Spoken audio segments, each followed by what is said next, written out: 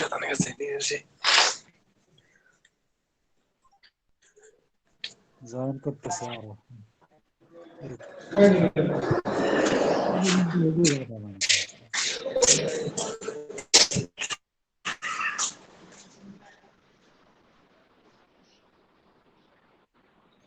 Sir আজকে first থেকে last পর্যন্ত একটু স্যার মানে এর মাঝেও তো অনেক কিছু হয়ে গেছে, দেখা যায় রাস্তাঘাটে। হ্যাঁ, রিভিউ করে দিব। আপনি টোটালটা বলবেন স্যার, আমরা মিলাই নিব। প্রত্যেকটা ভিডিও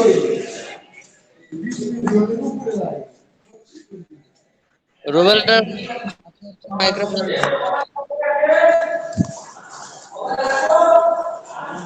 রুবেল ভাই আপনি মিউট করেন।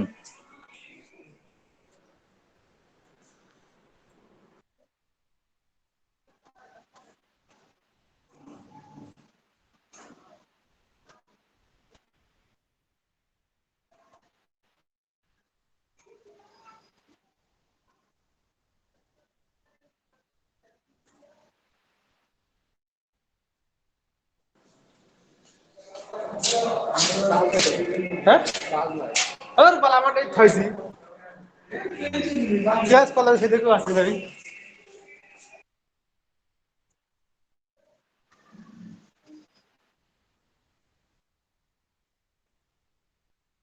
শুরু করো।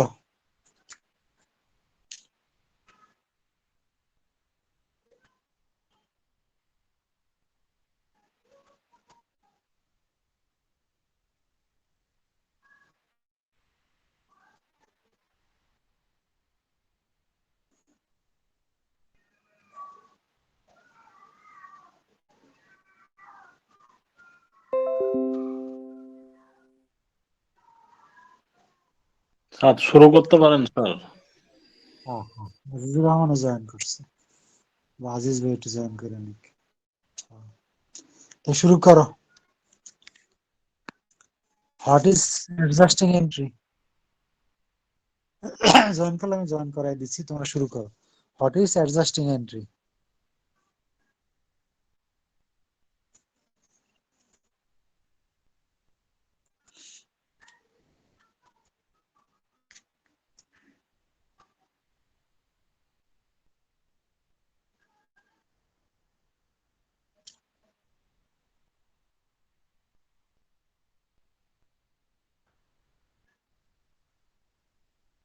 তারপরে why do you prepare adjusting entry?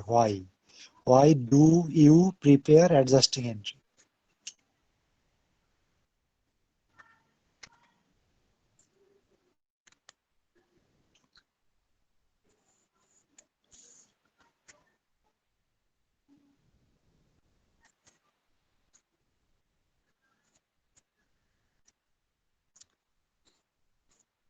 তারপরে হচ্ছে বি তে what are the 5 types of adjusting entry? Explain with example. B, what are the 5 types of adjusting entries? Explain with example.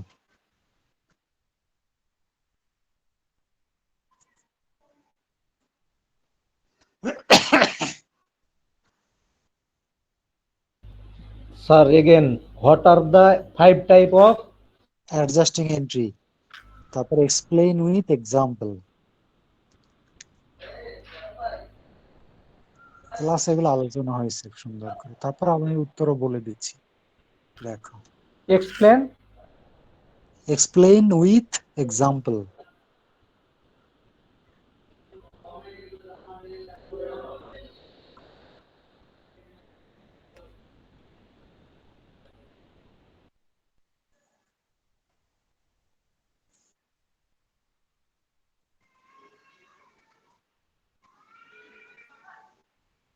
ঠিক আছে?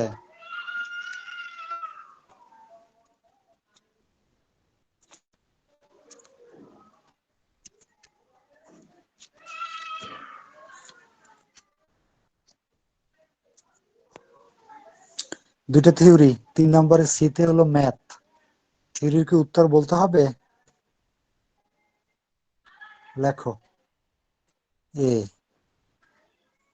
adjusting entries are those entries that are given at the end of the accounting period to adjust the accounts. আগে লেখা থাকলে তার সাথে মিলাই নিতে পারো অথবা লেখো।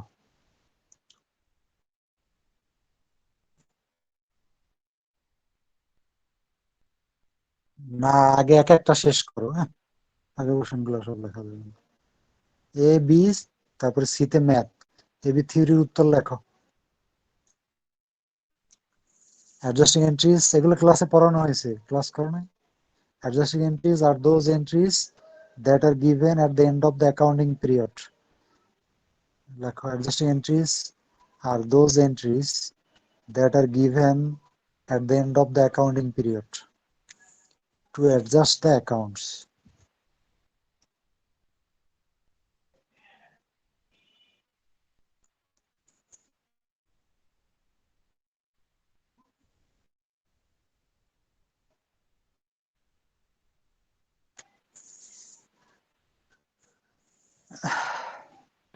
Sir, adjusting entries are those entries that given That are given, একজনে বলো, that are given at the end of the accounting period to adjust the accounts. Nice, মন ঠিক করো। কথা বলে কে?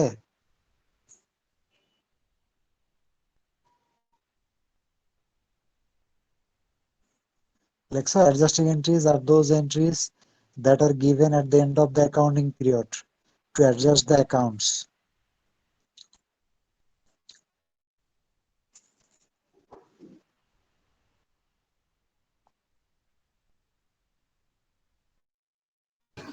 স্যার এর আগে যখন ক্লাসে বলছিলেন তখন এরকম ছিল স্যার সংজ্ঞাটা, যে অ্যাডজাস্টিং এন্ট্রিজ আর that given to adjust the accounts at the No, end of the accounting period. এটা এখন ঠিক করে নাও, ওটা আগের থেকে একটু ঠিক করে, তোমার একটু ভুল হয়েছে। Adjusting entries are those entries that are given at the end of the accounting period to adjust the accounts. এবার হলো সঠিক, 100 এরকম লিখো, একটু লিখলেই হবে। তারপরে হোয়াই লেখো, why do you give adjusting entry, why এর উত্তর লেখো, হোয়াই লেখা লেখো এ বি সি ডি, চারটা কারণ। এ, হোয়াই লেখা এ, to determine actual revenue for the accounting period. To determine actual revenue for the accounting period. To আসসালামু determine. আলাইকুম স্যার, একটু দেরি হয়ে গেল। হ্যাঁ, তুমি লেখো why do you prepare adjusting entry, তার উত্তর। এক নম্বর এ হইলো to determine actual revenue for the accounting period. এই কারণে আমরা adjusting entry করতে হয় আমাদের, আমরা adjusting entry করি। B, to determine actual revenue, তারপর হচ্ছে to determine actual expense for the accounting period. এতে হলো to determine actual revenue for the accounting period. B, to determine actual expense for the accounting period. A, B, হ্যাঁ হইলো। তারপরে C, এই দুটো যদি জানা যায়, হ্যাঁ, অ্যাকচুয়াল রেভিনিউ আর অ্যাকচুয়াল এক্সপেন্স, তাহলে রেভিনিউ থেকে এক্সপেন্স মাইনাস করলে কি পাওয়া যায়?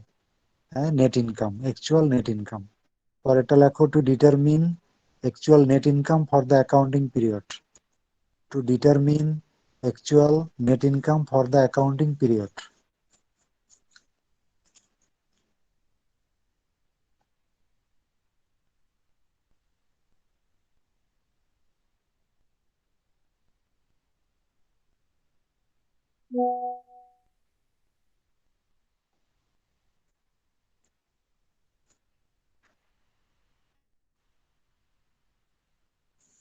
সি হলো, সি এর পরে D, last one, to to determine, না টু টু হ্যাঁ লেখো to determine actual financial position on a particular date.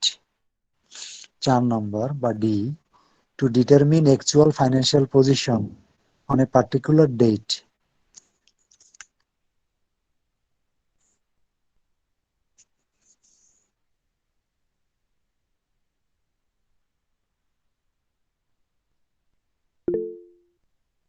Sir এগুলো কি থিওরি দিচ্ছেন স্যার?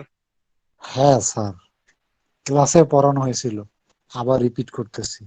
যেহেতু পরীক্ষা শুক্রবার, মনে থাকবে প্রিপারেশন আজকেরই হয়ে যাইব ইনশাআল্লাহ তোমাদের। তাহলে এলো হলো হোয়াই, আর প্রথমটা হচ্ছে হোয়াট ইজ অ্যাডজাস্টিং এন্ট্রি, দুটো মিলে একটা আর কি কোশ্চেন। এই বিতে হবে হচ্ছে ডিসকাস বা কি বলে what are the 5 types of adjusting entry explain with example. হ্যাঁ, তারপরে লেখো দেয়ার আর বি, বি এর উত্তরে যাও answer, there are 5 types of adjusting entries in accounting. B এর মানে কোশ্চেন ওয়ান এর বি এ there are 5 types of adjusting entries in accounting. A, B, C, D, E. চারটা লিখবা, পাঁচটা লিখবা। এক নম্বর হলো prepaid expense, adjusting entry for prepaid expense. B হবে adjusting entry for accrued expense, দুইটা।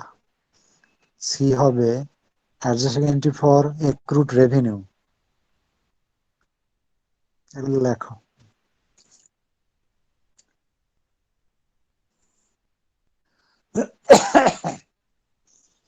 তারপরে হলো D, adjusting entry for unearned revenue. তারপরে 5 নম্বরে E, adjusting entry for depreciation or অ্যামortization।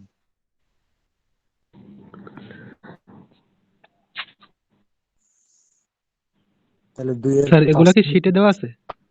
না, সব আছে, এগুলো আছে কিন্তু এখন টু দি পয়েন্টে লেখা থাকো। তাহলে বি এর উত্তর হবে কি adjusting entry for prepaid expense. A বিতে হবে, এটা হলো মানে টাইপের এক নম্বরটা। তারপরে এটার B adjusting entry for accrued expense. C adjusting entry for accrued revenue. D adjusting entry for unearned revenue. E adjusting entry for depreciation আর অ্যামortization। মানে এগুলো লেখো আস্তে আস্তে।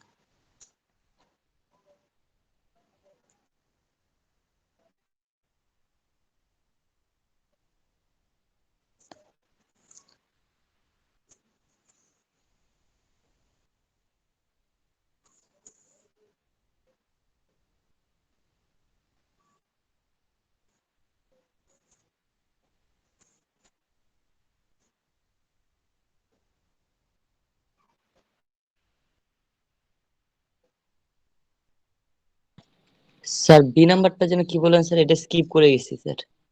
Accrued expense, prepaid expense A, B মিলাও adjusting entry for accrued expense A B. C হইল adjusting entry for accrued revenue. D হইল adjusting entry for depreciation আর ডেপ্রিসিয়েশন আর অ্যামortization। হ্যাঁ ওই যে অবলোপন বা অবচয় আর কি, ফিক্সড অ্যাসেটের উপরে তো ডেপ্রিসিয়েশন করতে হয় না, সেইটা। ঠিক আছে,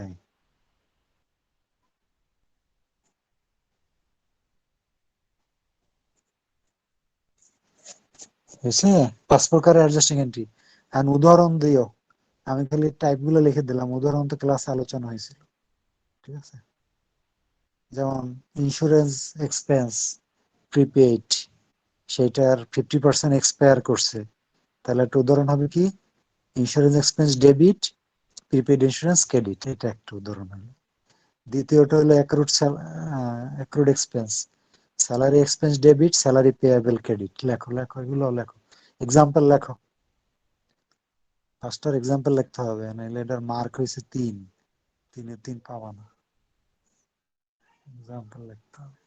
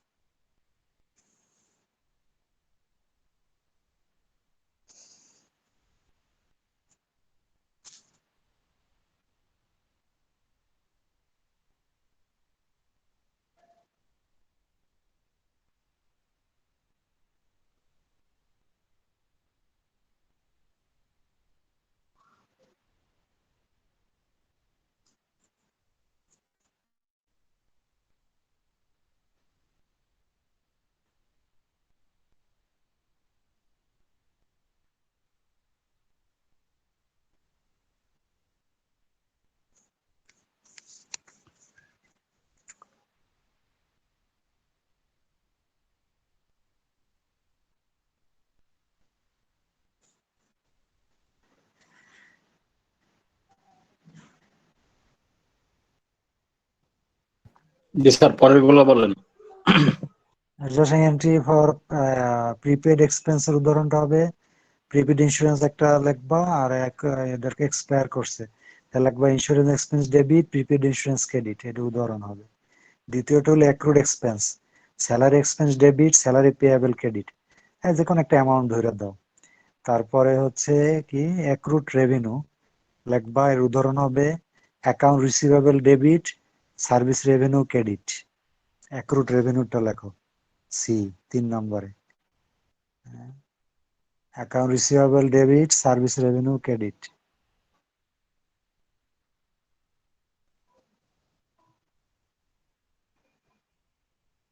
account receivable debit service revenue credit.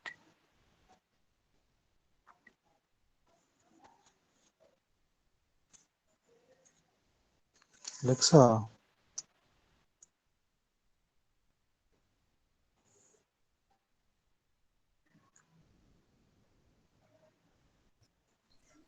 জি স্যার। এরপরে কি অ্যাকাউন্ট, তারপরে হলো আনান রেভিনিউ লেখো, উদাহরণটা হবে আনান রেভিনিউ ডেবিট আর service revenue credit. 4 number D.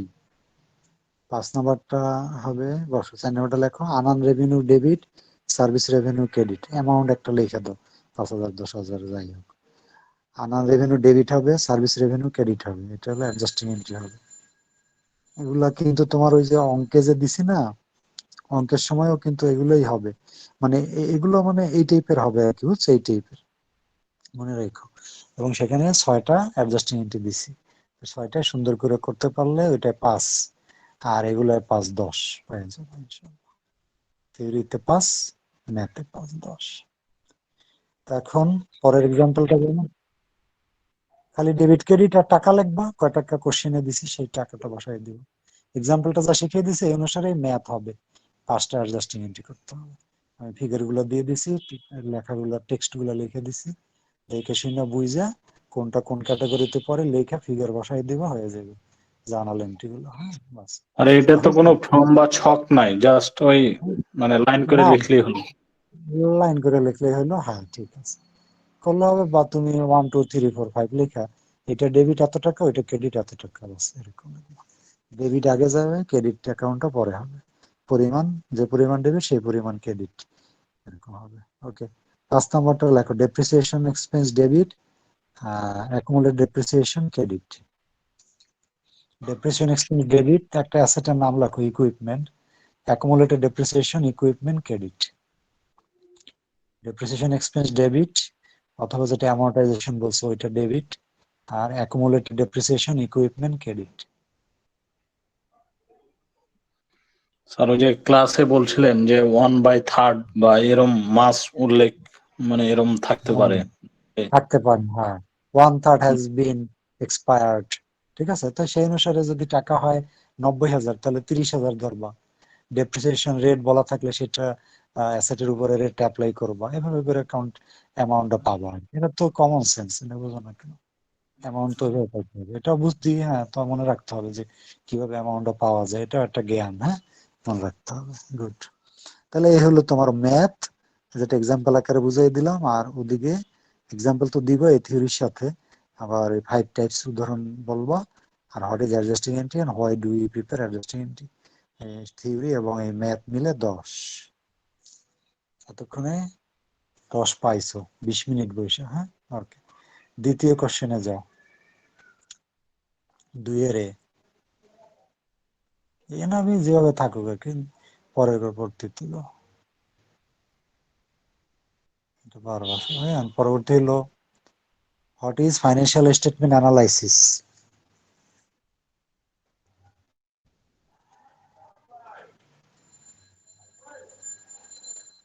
What is financial statement analysis?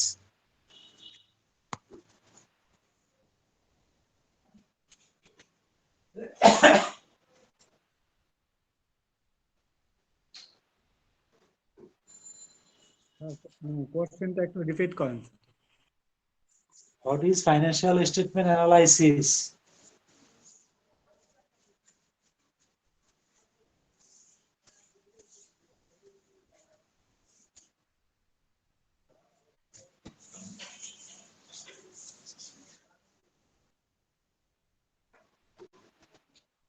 তারপরে বিতে লেখো distinguish between liquidity ratio and profitability ratio.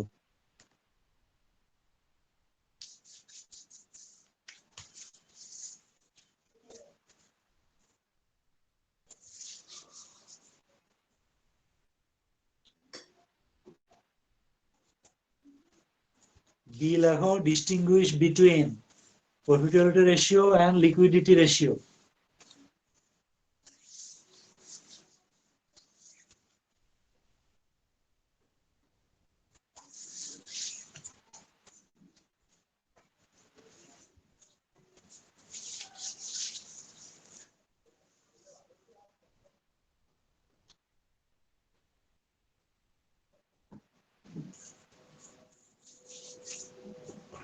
দুইটা লেখছো থিওরি, উত্তর লেখো।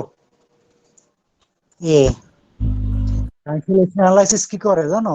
এই কিছু ফর্মুলা দিয়ে কয়েক প্রকারের রেশিও বের করে, রেশিও অ্যানালাইসিস করে। হ্যাঁ, তারপরে বিভিন্ন ইয়ারের সাথে কম্পেয়ার করে, কইরা দেখে যে গতবারের তুলনায় এবার প্রফিট বাড়লো নাকি কমলো, আমার অ্যাসেট বাড়লো নাকি কমলো, লায়াবিলিটি বাড়লো নাকি কমলো, রেভিনিউ বাড়লো নাকি কমলো, এক্সপেন্স বাড়লো নাকি কমলো, নেট প্রফিট বাড়লো নাকি কমলো। হ্যাঁ, এভাবে করে কতগুলো আইটেম বলছি, এগুলোকে বলা হয় ফাইন্যান্সিয়াল স্টেটমেন্ট অ্যানালাইসিস। তাহলে লেখো analysis is a tool for analysing different items of financial statement through ratio or trend analysis or horizontal analysis. Financial statement sir analysis is a tool sir to আস্তে analyze. আস্তে দেখো, financial statement analysis is a tool to analyze different items of financial statements over the years. Is a tool. Financial statement analysis is a tool to analyze different items of financial statements over the years. Sir to analyse The different items of financial statements.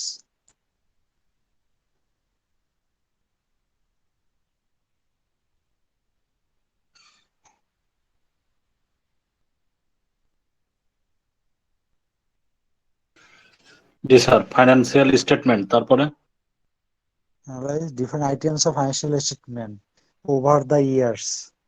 Over the years. কয়েক বছরে থাকে, হ্যাঁ, এগুলো 5 বছর, 10 বছর, 20 বছরের তো trend দেখা যায় আর কি। হ্যাঁ, গত 20 বছরে কেমন করলো কোম্পানিটা, ব্যাংকটা, হ্যাঁ, এগুলো দেখা যায়।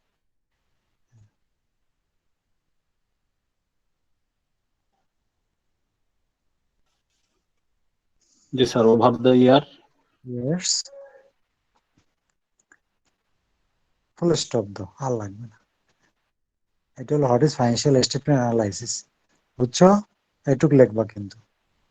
হ্যাঁ, এখন লেখো types of financial statement analysis. কয় রকম হয়, অ্যানালাইসিসটা কতভাবে করা যায়, মানে what are the types of financial statement analysis. ঠিক আছে, কতভাবে তুমি স্টেটমেন্ট অ্যানালাইসিস করতে পারবা সেটা লেখো।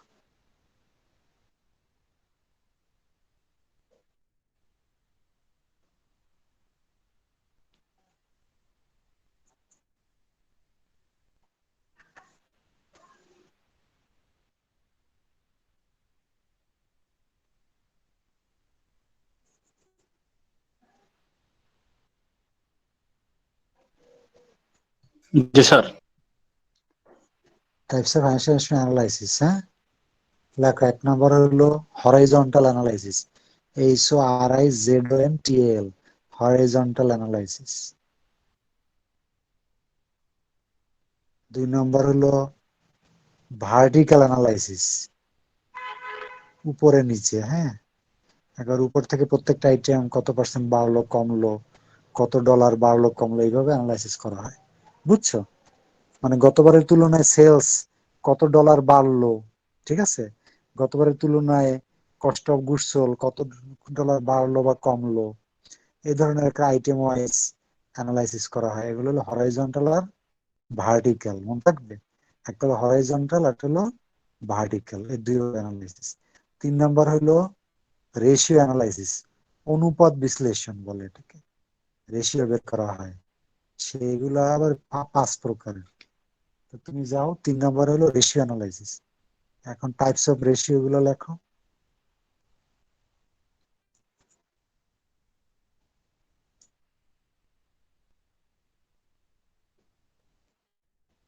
তিন নম্বরের আবার ভাগ আছে স্যার, রেশিও অ্যানালাইসিসের। হ্যাঁ, 5টা ভাগ আছে। প্রথম এবিসি, বিতে আবার রোমান 1 2 3 4 5। সিতে লেখো রেশিও অ্যানালাইসিস, তার আবার রোমান 1 2 3 4 5।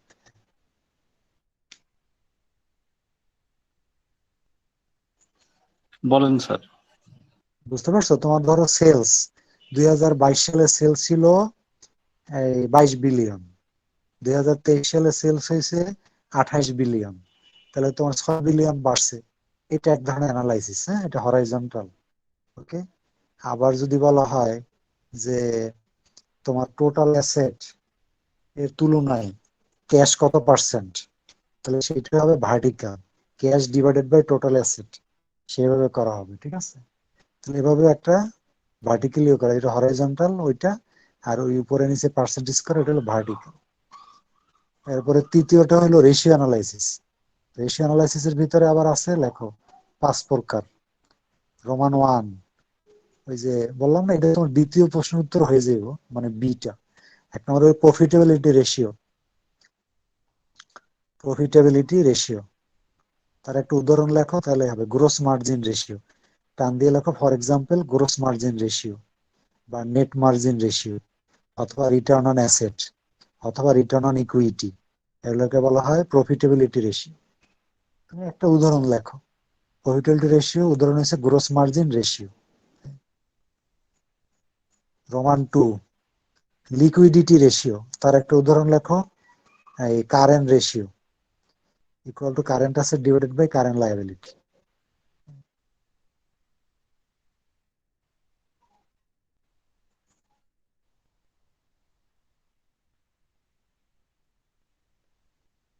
স্যার দ্বিতীয়টা কি? লিকুইডিটি। লিকুইডিটি, লিকুইডিটি মানে তারল্য অনুপাত, তারল্য, আচ্ছা, তারল্য অনুপাত, liquidity ratio.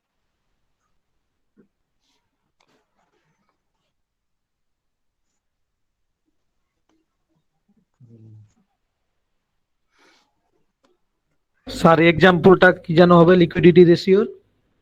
Current current ratio, liability. চলতি অনুপাত। কারেন্ট মানে বিদ্যুৎ, তোমরা ট্রিপলির ছাত্র, কারেন্ট বোঝো না? চলতি বিদ্যুৎ যে চলতে থাকে সবসময়, কন্টিনিউয়াসলি লাইন থাকে, বিদ্যুৎ তো প্রবাহ থাকতে হয় না, কন্টিনিউয়াস প্রবাহ, এটার নাম বিদ্যুৎ। কারেন্ট চলতি অনুপাত, চলতে থাকো, গোয়িং গোয়িং গোয়িং, হ্যাঁ, কারেন্ট, কারেন্ট রেশিও, চলতি অনুপাত।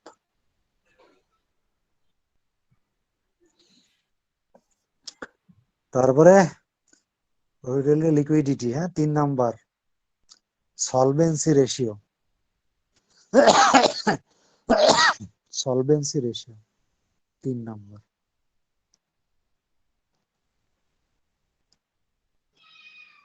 4 নাম্বার লেখো market prospect ratio,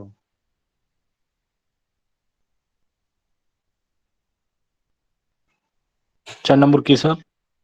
market prospect ratio.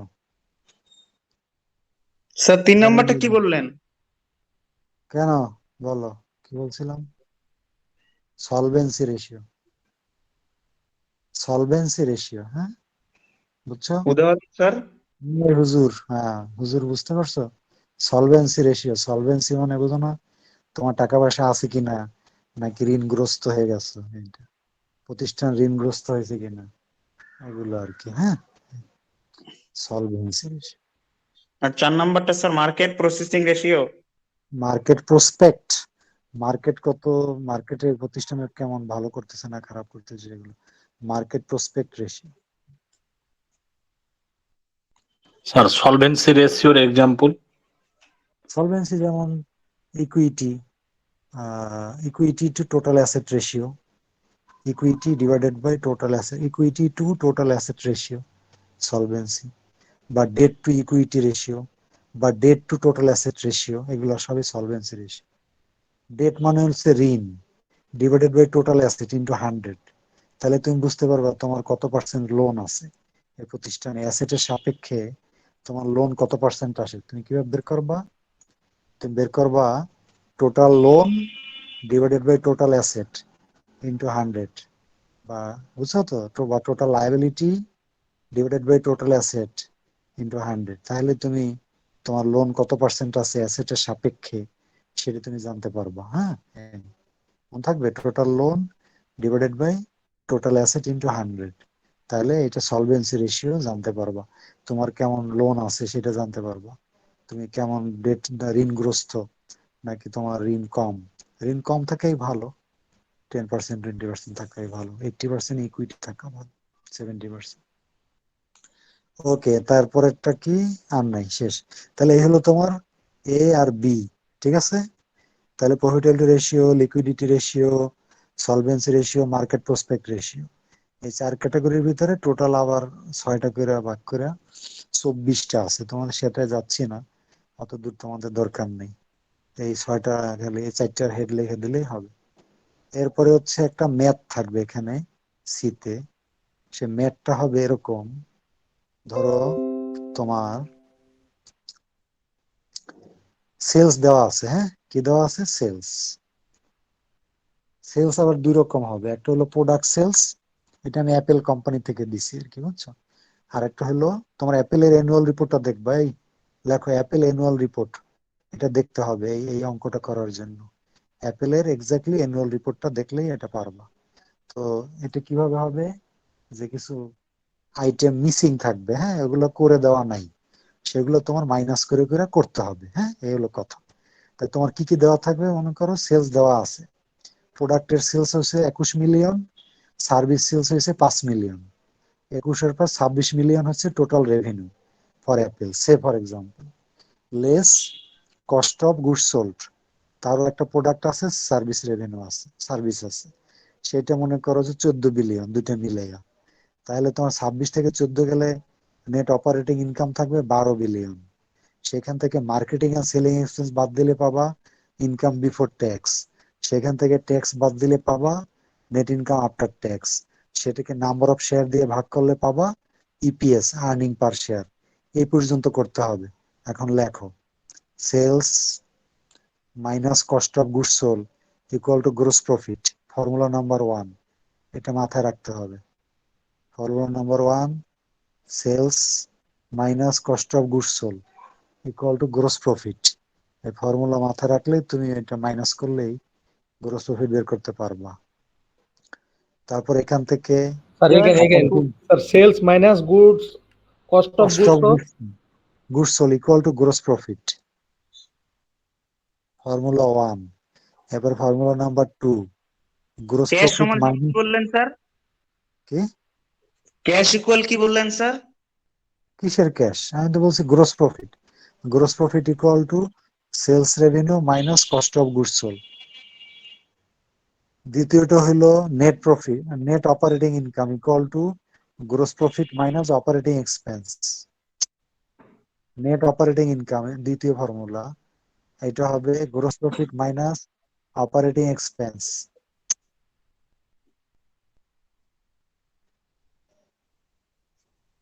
Gross profit minus operating expense.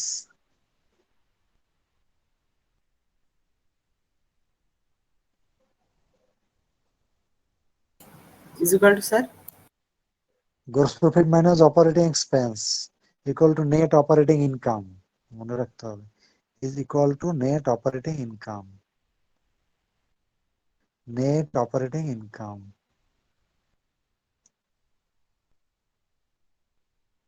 Sir net operating income সমান হচ্ছে net profit minus minus operating expense. Net profit না, ওটা gross profit. Gross profit minus operating expense.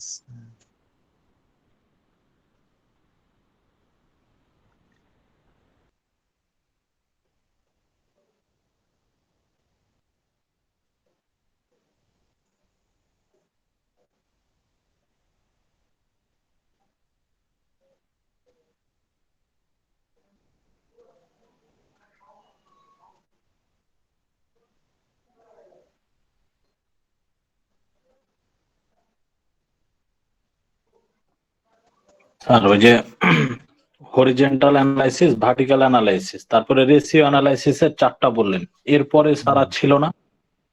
না, আর কোনো theory নেই। ওই তো A B হয়ে যাবো, হ্যাঁ, এ আর বি হয়ে যাবে। এরপর এখন একটা ইনকাম স্টেটমেন্টের ফরম্যাট দেওয়া থাকবে, ফিগারও দেওয়া থাকবে। নিচের দিকে কিছু আইটেম মিসিং থাকবে, সেগুলো মাইনাস করে করে বের করবো, ফর্মুলা জানতে হবে। সেই ফর্মুলা গুলো বলে দিচ্ছি, এটা জানা থাকলেই ওইখান থেকে ওইগুলো মাইনাস, কোনটা করতে কোনটা থেকে কি মাইনাস করলে কি পাবা দেখবে, একবার ইপিএস পর্যন্ত বের হয়ে যাবে। তোমার আমরা নেট অপারেটিং ইনকাম পর্যন্ত বের করাইছি। কিভাবে? Sales minus, 1 number, sales minus cost of goods sold equal to gross profit. তারপরে gross profit minus operating expense equal to net operating income. Net operating ইনকামের সাথে তুমি ওই যে নন অপারেটিং আইটেম টাইটেম থাকলে হলো যোগ বিয়োগ করবা, তাহলে পাবা income before tax. Income before tax থেকে যদি ট্যাক্স মাইনাস দাও, তাহলে পাবা net income after tax. Net income after tax থেকে নাম্বার অফ শেয়ার যদি ভাগ দাও এটাকে, তাহলে পাবা ইপিএস। এই পর্যন্ত বের করতে হবে। যেখানে যা মিসিং আছে এই ফর্মুলা ইউজ করে এই মিসিং ফিগার গুলো বের করতে হবে। এটাতে পাস।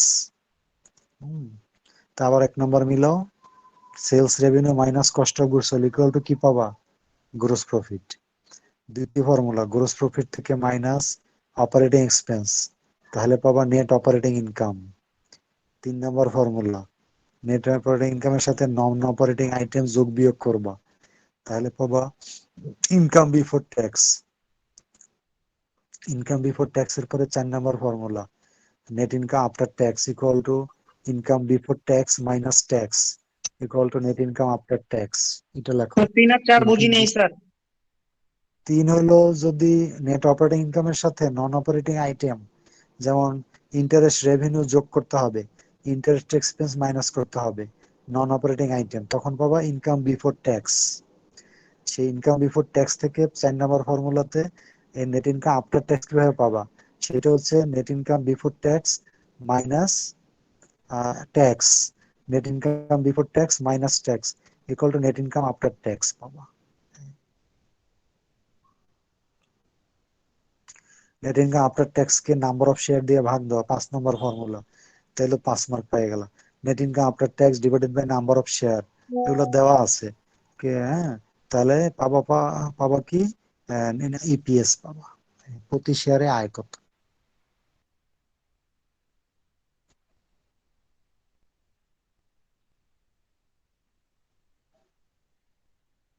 স্যার এটার প্রশ্নটা কি থাকবে যে ইনকাম স্টেটমেন্ট তৈরি করা?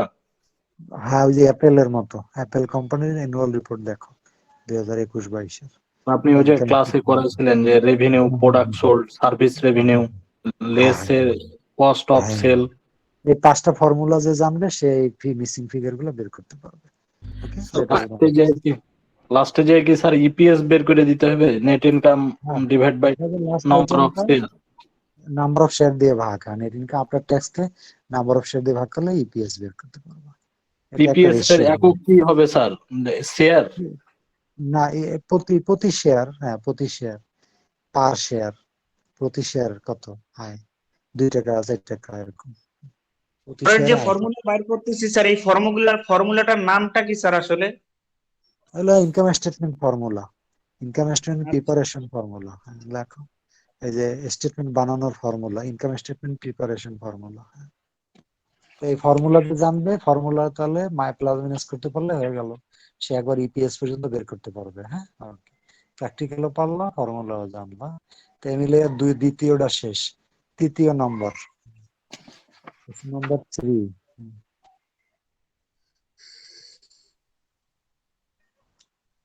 Distinguished between cost and expense. 3A, A না বি জানে কি আমার খেয়াল নাই, এরকম একটা থাকতে পারে। Distinguish between cost and expense.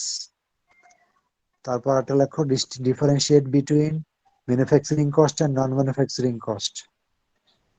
আর একটা লেখো, distinguish between variable cost and fixed cost.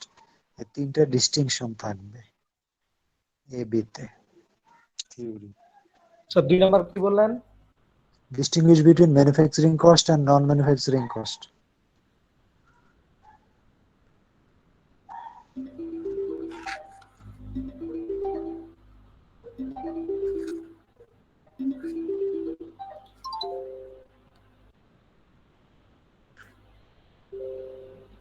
Sir তৃতীয় number distinguish between variable cost and fixed cost.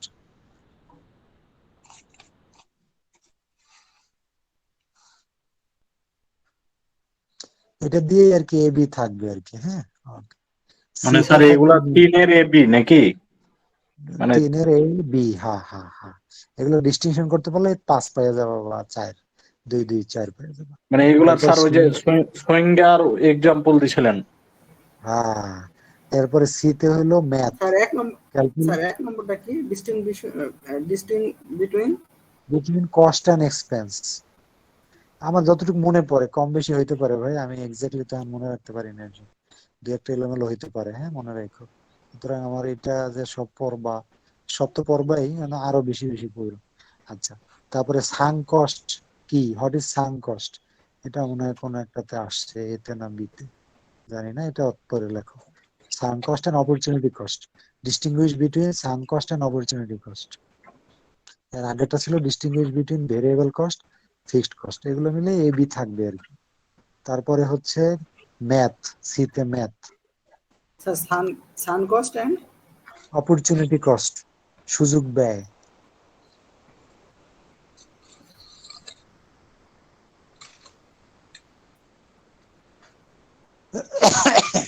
সিতে ম্যাথ তোমাদের ক্লাস এটা করাইছি, সেটা হলো ওই যে আগে ক্লাস নিলাম না, ক্লাস নিলাম যে কস্ট অফ গুডস ম্যানুফ্যাকচার কিভাবে বের করে, প্রাইম কস্ট কিভাবে বের করে, টোটাল ম্যানুফ্যাকচারিং ওভারহেড কিভাবে বের করে, টোটাল ম্যানুফ্যাকচারিং কস্ট কিভাবে বের করে, কস্ট অফ গুডস ম্যানুফ্যাকচার কিভাবে বের করে। এখানেও 5টা ফর্মুলা দিয়ে ম্যাথ শেখানো হয়েছে, সেটা পড়বা। আইটেম গুলো দেওয়া থাকবে, হ্যাঁ সেখান থেকে আইটেম গুলো আয়না বসাই দিলেই আস্তে আস্তে তোমার এগুলো বের হয়ে যাবে। যেমন ম্যাটেরিয়াল কনজিউম, এটার ফর্মুলা কি বলো? ম্যাটেরিয়াল কনজিউম 1 নম্বর ফর্মুলা লেখো। Material consume equal to direct material beginning plus direct material purchase minus direct material ending, লেখো 3C। হ্যাঁ, এটার প্রথম ফর্মুলাটা মনে রাখতে হবে। ডিরেক্ট ম্যাটেরিয়াল কনজিউম বের করবা কিভাবে? অনেকগুলো আইটেম থাকবে, তুমি শুধু ম্যাটেরিয়াল নিয়ে আসবা, ম্যাটেরিয়ালের beginning plus direct material purchase minus direct material ending, এই 1 নম্বর ফর্মুলা দিয়ে ম্যাটেরিয়াল কনজিউম বের হয়ে গেল। দ্বিতীয় ফর্মুলা লেখো, prime cost equal to sir এটা ডিরেক্ট একটু বলেছেন direct material beginning plus direct material purchase minus direct material ending, তাহলে ডিরেক্ট ম্যাটেরিয়াল কনজিউম বা ইউজ এটা বের হয়ে গেল। এই প্রোডাকশন এবছর কতটুকু ম্যাটেরিয়াল খাইলা, ইউজ করলা, সেটা বের হয়ে গেল। দ্বিতীয় formula prime cost, prime cost equal to direct material cost plus direct labour cost, prime cost equal to direct material cost plus direct labour cost.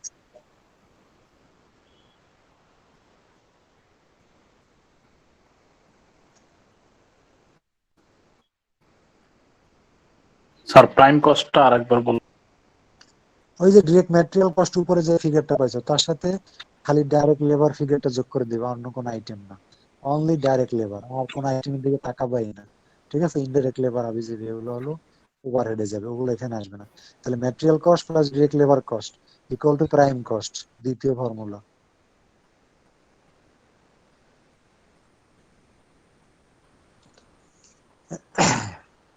বুঝছে, প্রাইম কস্ট মানে মুখ্য ব্যয়। প্রাইম মিনিস্টার থাকে দেখো না, প্রধানমন্ত্রী, তো এরকম প্রাইম কস্ট মানে প্রধান কস্ট। কোন দুইটা? ম্যাটেরিয়াল ছাড়া দুনিয়াতে কোনো কিছু প্রোডাকশন করা সম্ভব না, লেবার ছাড়া কোনো কিছু প্রোডাকশন করা সম্ভব না। ম্যাটেরিয়াল লাগবে এবং লেবার লাগবে, এছাড়া প্রোডাকশন সম্ভব না, সেই জন্য এটা প্রাইম কস্ট। দ্বিতীয় ফর্মুলা শেষ, তৃতীয় ফর্মুলা টোটাল ম্যানুফ্যাকচারিং কস্ট মানে TMC, total manufacturing cost equal two prime cost plus manufacturing overhead, prime cost plus manufacturing overhead equal to TMC, তৃতীয় ফর্মুলা। এখন ওভারহেডের ভিতরে তো অনেকগুলো আইটেম আসবে, সেগুলো তো মনে রাখতে হবে। তাহলে টিএমসি ইকুয়াল টু কি? Prime cost plus total manufacturing overhead বা ফ্যাক্টরি ওভারহেড।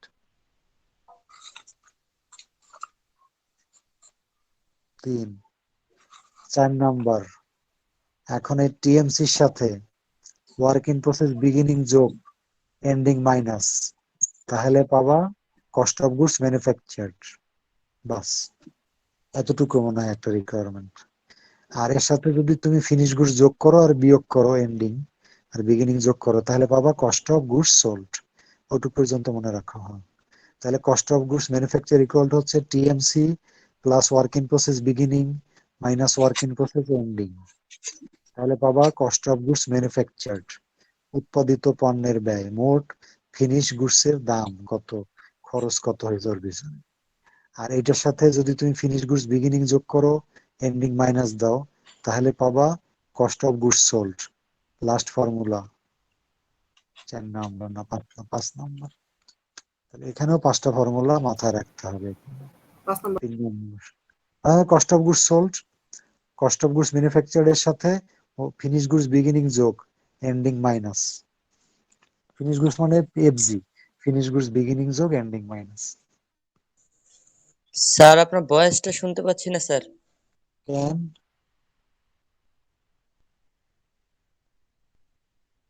শোনা যাচ্ছে তো এখন?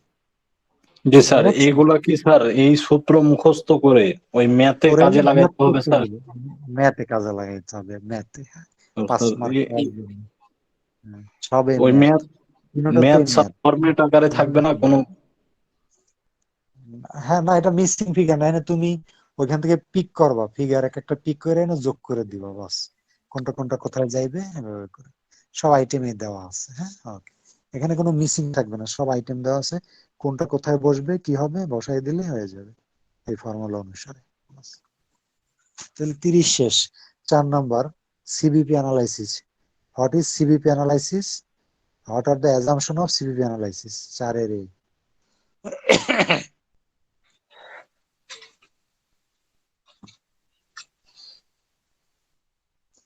What is CBP analysis? What are the assumption of CBP analysis? এর অনুমিত সিদ্ধ শর্তগুলো কি কি? Assumption. What are the assumption বা assumptions of CBP analysis? তো সেটা তো ক্লাসে পড়াইছি, আমার মনে আছে। হ্যাঁ, এটা আমরা অনলাইন ক্লাসে বুঝাইছি। এটা লেখা।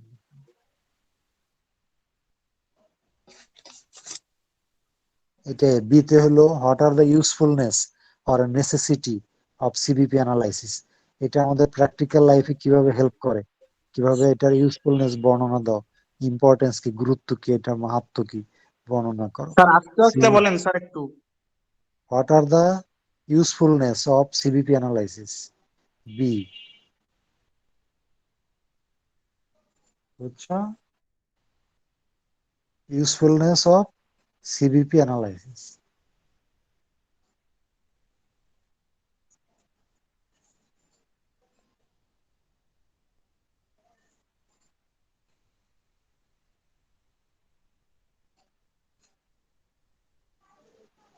স্যার হোয়াট অ্যানালাইসিস তারপরেরটুকু? হোয়াট আর দ্য ইউজফুলনেস বেটা, বা রাইট এক ডাউন দ্য নাম্বার স্যার, এক ইউজফুলনেস। নাম্বারটা, 2 নাম্বারটা না। নাম্বারটা হইলো what is CBP analysis, what are the assumption of CBP analysis.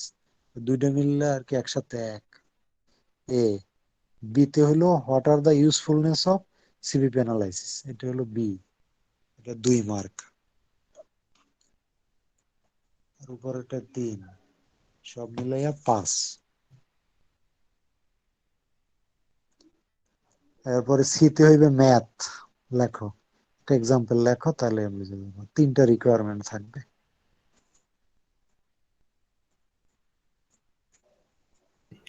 Sir ওই যে 5 factor of that effect CBP analysis এরকম একটা মনে হয় না, বলছিল। বলছিলাম এটা আসবে না, এটা আসবে না। অ্যাজাম্পশন গুলো পড়ো আর ইউজফুলনেস পড়ো, ঠিক আছে? আর হোয়াট ইজ সিবিপি অ্যানালাইসিস পড়ো। আর what is break even point, what is break ইভেনটাও পড়ো। শূন্য মুনাফা বিন্দু কি, এটা থিওরি। হ্যাঁ, it is a point where there is neither profit nor loss, that is called break even point. At this point total revenue equals total cost. এই দুটো সেন্টেন্স লিখে দিও তাহলে। what is break even point টাও লেখো।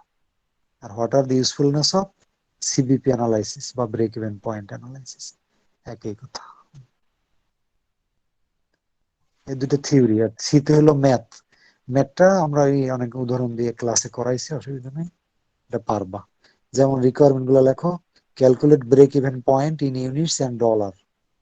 বিতে হইতে থাকতে পারে টার্গেট প্রফিট যদি ধরো 1 লক্ষ টাকা হয় তাহলে কত ইউনিট বিক্রি করতে হবে। তৃতীয়ত হইলো যদি মার্জিন অফ সেফটি কত হবে এটা, তাহলে এইটা একটু ফর্মুলাটা লিখে নাও। Margin of safety equal to actual sales minus break even point sales. একটা স্যার নতুন জিনিস, ম্যাথটার নাম কি লিখবো sir? Break even point analysis এর ম্যাথ। ঠিক আছে, calculate break even point both in units and dollar. 2 number requirement হলো calculate target profit sales level, কত ইউনিট বিক্রি করলে এই টার্গেট প্রফিট 2 লাখ টাকা আমি পকেটে রাখতে পারবো। তৃতীয় হলো ক্যালকুলেট মার্জিন অফ সেফটি, এটার ফর্মুলা হলো margin of safety equal to actual sales minus break even point sales. বাস, তাইলে আর কোনো অসুবিধা নেই, তোমার একবারে 40-40। স্যার ওই যে ইউজফুল অ্যানালাইসিস ওই অ্যান্সারটা যদি বলতেন। আরে কোথায় ইউজ করি আমরা? প্রফিট প্ল্যানিং এ লেখো 1 নম্বরে, CV analysis used in profit planning.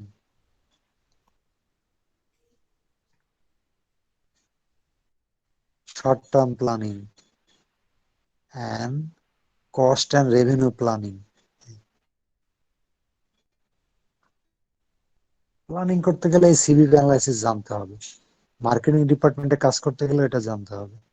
ঠিক আছে, এই হলো ইউজফুলনেস। প্র্যাকটিক্যাল দেখবা যে CV analysis most practical for the entrepreneur and managers across the world. এটা লেখো, এই 4-5টা পয়েন্ট লিখে দিব। ঠিক আছে, 5টা পয়েন্ট, এটা এটা কাজে লাগে, এটা ম্যানেজারদের কাজে লাগে, এটা মার্কেটিং ম্যানেজারের কাজে লাগে, এটা প্রোডাকশন ম্যানেজারের কাজে লাগে, এটা প্ল্যানিং এর কাজে লাগে, এটা প্রফিট প্ল্যানিং এর কাজে লাগে, শর্ট টার্ম প্ল্যানিং এর কাজে লাগে। বাস 10টা পয়েন্ট লিখে দিই। হইলো ভাইজান, এখন আর কোনো ভয় নাই। আর সবাই ঠান্ডা মাথায় লেখাপড়া করে ডিনার করো, ঘুমাই যাও। ঠিক আছে, স্যার মার্জিন অফ সেফটি সমান সমান হলো actual sales minus break even point sales. Break even পয়েন্টের যে সেলস ফিগারটা আসবে সেই ফিগারটা মাইনাস দিবে, তাহলে মার্জিন অফ সেফটি পাবো।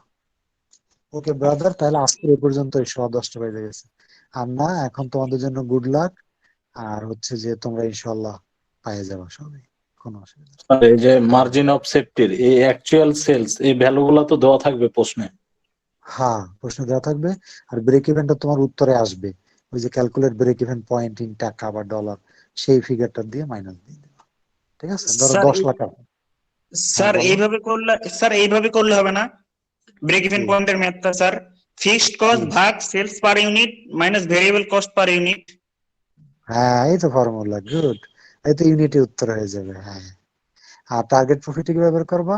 Fixed cost plus target profit divided by selling price per unit minus variable cost per unit, শেষ। আর মার্জিন অফ সেফটি কি? Actual sales minus break even point sales, শেষ। বাহ, সেই ভাইজান, আল্লাহ হাফেজ। আজকে আর না ভাইজান, ওকে। আল্লাহ হাফেজ স্যার। আসসালামু আলাইকুম স্যার। টায়ার্ড, এখন একটু খাওয়া দাও।